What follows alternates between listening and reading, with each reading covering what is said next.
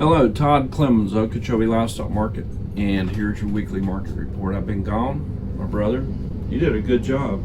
I sure hope you had a good time. I actually listened to one of them. No, the time change. I was in New Zealand. My wife and I went over there for a couple of weeks, and it was really neat country. A lot of cattle and sheep. And anyway, I listened to the one market report where you talked about relationships and how important they are. And I thought that was really good. So. Good. Well, that's kind of what it's all about with our family, I hope. I mean, that ties right into the business. You know, you have good relationships that you start with, and hopefully you carry them right on through. That's what our dad taught us. That's right. Trying to carry on. Yeah, transactions are made and relationships are built. But the market is really good. And whatever's coming through the ring, whether it's number twos or dairy steers or you name it, everything's high. It's crazy. Yeah. Calves are in big demand. Thought we would have had a few more cattle this week due to the drought and the dry grass, but we didn't have very many. Maybe they were thinking it was going to rain this week. We did get a little bit of rain. Got a few drops, but not much. Yeah. But they're getting rain where we need it out west on the grass country, and demand's really high for these calves. Cows are off a little bit. Not bad. I don't think they were off too much. I was talking to one of the butcher buyers. He said probably you could call it a little bit softer, but then the types of cows might not have been quite as what they were last week. Yeah, quality-wise. Yeah. But we had, I think we had about 600 Monday and 700 Tuesday, and that's about what we had last year this time. Even though it's hard to believe we're into the end of the first quarter of 2023, and we checked our numbers compared to last year, and we're a little bit ahead right now of what we were this time last year. And maybe that is due to high prices or drought conditions, I'm not sure, but runs have slowed down considerably. So if you're planning on bringing some cattle in, don't be late. You know, get on in here with them. I think everybody's just kind of on hold right now, waiting for their calves to get bigger, don't you? Yeah, and some of these guys are they give 2 rounds of shots, and they've already given the first round. Most everybody's through with that, and they may, be coming back either next month or in May to give that second round of shots. So there's still some stuff to be done if you're on that kind of program. You give your calves two rounds, don't you? Well, yeah, but I mean there is now there's different things you can do. They even say the Nasogen that you give them is around like a one deal. Yeah, one deal, and then you can give the one shot. So we're still doing 2, but I think some people are just doing the 1. Well, and some people will be taking their bulls up, maybe in May or June. So that might give them, if they got to get their cattle up anyway, they might be giving another shot to their calves. But yeah, there's some stuff to be doing between now and when those calves get big enough to sell. Yeah. Pray for rain is one of them. Yeah, exactly. But fundamentally, the market's looking really, really strong. The cattle on feed report came out last week, and there's fewer cattle on feed. We all know that. I think we got over the banking crisis, maybe, thanks to the government bailing them out. Whether that they should or shouldn't, I'm not sure, but whatever. And I did hear that I think CattleFax had a positive outlook on some weather, that we're going from the El Nino into maybe the El Nino the next year or so, which is going to give us a little bit more moisture in those drought conditions out there. Yeah, we're seeing some of these 6-weight calves. We're not seeing very, very many good quality heavier calves. We're getting a lot of lighter calves in here this time of year, but still those 6-weight calves are getting up there to close to $2. Pretty close. Pretty close. We saw some 500-pound calves bring $215, $220, I believe. 4-weight calves are bringing on the front end right there pretty close to $250, which is $1,000 for a good steer calf weighing 400. It's a lot of money, but you put it up against what we're still paying for $700 a ton for fertilizer, I think. Fertilizer, feed, fuel, all that. Yeah. Yeah, what else? Oh, we've got the second chance sale coming up Saturday.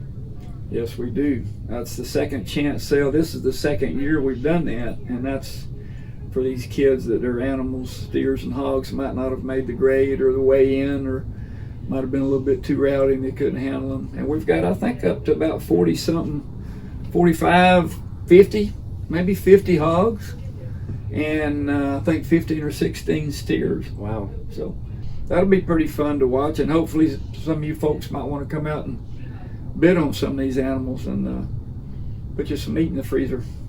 You know where it come from, didn't you? Local.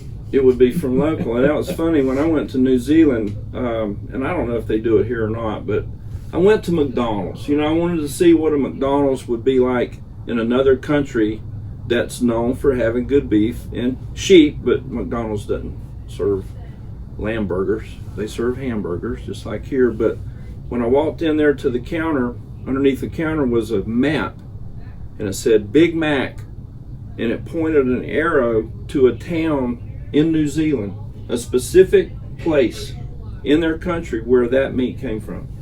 So they knew, when you bought it, you knew exactly according to the map, and you could fact check them, I guess, but they advertised that meat came from a certain location within their country. And I know, we're hoping we can get that done here. We just don't know. Product of the USA label is a little bit of suspect. There's some red tape in that. There's meat that can come in from other countries and get reboxed or shuffled around or mixed with ours, and then they can relabel it product of the USA. And there's a loophole there, and I think we're trying to tighten that up. You didn't eat an Impossible Burger. I did not, but I tell you, the meat was good down there. It was good, and it's not grain fed. I think whatever their grass is, and they grow their crops, it's like alfalfa, and I don't know what the name of it is, but it's really, really strong. And the meat didn't taste like any grass-fed meat. It was very good, very tender, very good. I'm not talking about a Big Mac. I'm talking about a ribeye. High-end steaks. They were very good. So we have competition. They export about 90% of what they make over there to China, I believe, is probably the closest place they send it to. Maybe Australia also, but they produce way more than what they need because there's just so few people there. We went to visit a couple of ranches. One guy, Randall and Ellie, this place had been in their family for 3 generations, and kind of like us, we could relate to them. They had some good collie dogs, and they had a dog they called a Hunaway, and he was kind of mouthy, a little bit like a cur dog, but he could drive them, or he'd go up ahead and snip them at the nose and hold them up. But he kind of did a little bit of everything, and those 2 people, they had 8,000 sheep and 800 cows, and it was just Randall and Ellie and the dogs. And they did all that stuff. And he showed me his bull catalog, and their bull catalogs looked like ours. He had all the EPDs and all the names and all the stuff, and he had his check marks by the ones he wanted to buy, and he paid a lot more for his bulls than we do. They were quite a bit more, and I'm not sure where they came from, but they were purebred Angus and some horned Hereford bulls too. Pretty good cattle. Anyway, it's good to be home. We're certainly blessed to live in a country that we live in. We are. And speaking of those high prices, did you want to shout out those high prices? I want to shout those high prices out. They're pretty good. I don't want to miss those. They're pretty good. So I guess that's about it. Our high prices for the week. A friend of mine and a good customer of ours. He's not a big producer. He's a little guy, and he always says that. Look, I'm just a little guy, but whatever he has, he brings through the ring. And his name is Ron Coons from Vero Beach, and he's a veteran. I think his son and his daughter both are in the Air Force. They went to the Air Force Academy in Colorado Springs. He served our country. He's a good guy. He's having knee surgery today, so I hope it all goes good for you, Ron. You topped the calf market this week with a 265-pound steer calf that brought $2.90 a pound. That calf was bought by DNS. And on the cow side, Fritz Brewer. I wonder how many cattle he sold through here. Good Lord. A bunch. Back in the days when Norman Stokes was going and all those Yeah. guys, and they'd be the last people to get here every week. We'd have to wait on them, but Yeah. Fritz ain't going any faster today than he was then. Still the smiling, same. though. He's still smiling and happy. Fritz stopped the cow market with a 900-pound cow, which is a little bit unusual. They're mainly 12 or 1,300 pounders that bring this, but that cow was a young, good yielding cow, and she brought $1.11, and she was bought by Florida Beef. I bet he is smiling this week. Yeah, way to go, Fritz. And thank you, Florida Beef. You bet. Thank you, everybody, for your support, and we'll see you next week. If you like these market reports and you want to keep getting them and you like the information, let us know. Give us a thumbs up. Thank you for your business. See you next week.